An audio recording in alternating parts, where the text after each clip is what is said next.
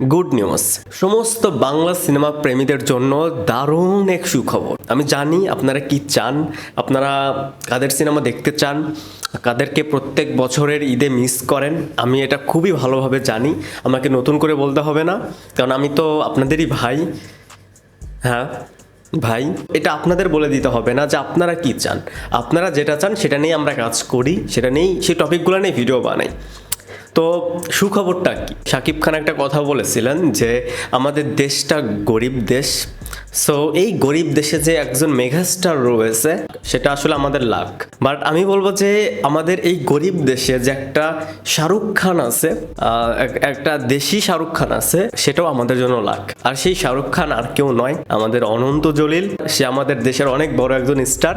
তার সাথে রয়েছে আবার সেই কথাটাই আসবে যে আমাদের দেশটা গরিব, আমাদের অ্যাটলি নেই, বাট আমাদের এমডি ইকবাল রয়েছে। সো এই ডিরেক্টর, এই স্টারের কম্বিনেশনে যখন কোনো কিছু হয় তখন সেটা কিন্তু ব্লাস্ট করে। সেটা কিন্তু আমরা তাদের কাজগুলোর ক্ষেত্রে দেখেছি। প্রত্যেক ঈদেই আমরা দেখি যে এমডি ইকবাল প্রত্যেকটা সিনেমার ভুল ধরে, প্রত্যেকটা সিনেমার বাজেট নিয়ে কথা বলে, প্রত্যেকটা সিনেমা ফ্লপ যাচ্ছে। এই বিষয়গুলো আমরা তার কাছ থেকে জানতে পারি, যেহেতু আমাদের দেশে বক্স অফিস নেই। সো আমরা তার কথাটাই মেনে নিতে হয়।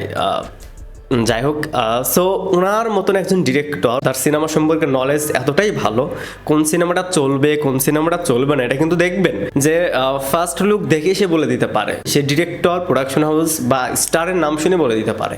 সো এরকম একজন ম্যাজিশিয়ান ডিরেক্টরের কাছ থেকে যদি আমরা প্রতি বছর একটা করে অন্তত সিনেমা না পাই, আমাদের কিন্তু খারাপ লাগে। আমরা কিন্তু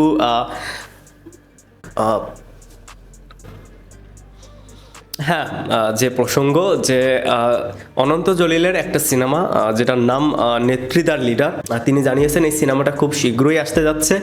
এর সাথে এমডি ইকবাল এবং অনন্ত জলিলের কিল হিম সিনেমার একটা সিকুয়েলও আসতে যাচ্ছে।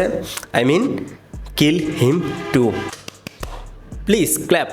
মানে এর চেয়ে ভালো খবর, এর চেয়ে স্বস্তির খবর আর কি হতে পারে যে এরকম একজন ম্যাজিশিয়ান ডিরেক্টর, এরকম দেশি এসআরকে বা সুপারস্টার আমরা যেটাই বলি না কেন, তার সিনেমা আসতে যাচ্ছে, তাদের সিনেমা আসতে যাচ্ছে।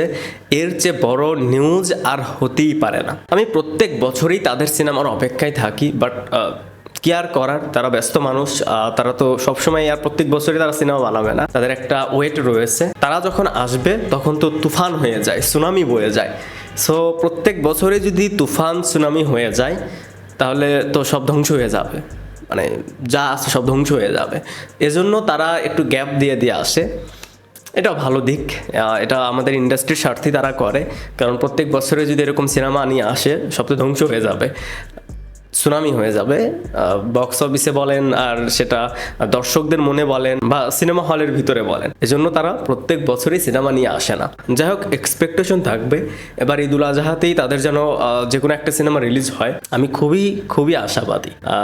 আপনারা কীরকম আশাবাদী বা এই নিউজটা শোনার পর থেকে আপনাদের ভিতর কি চলছে সেটা কিন্তু অবশ্যই কমেন্টসে জানাতে পারেন। ভিডিওটা দেখার জন্য অসংখ্য ধন্যবাদ, কারণ এই টপিকের উপর যারা ভিডিও এখনও দেখছেন তাদেরকে লাভ ইউ। সত্যি।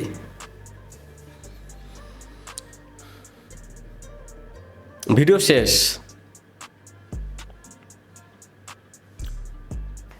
বাই।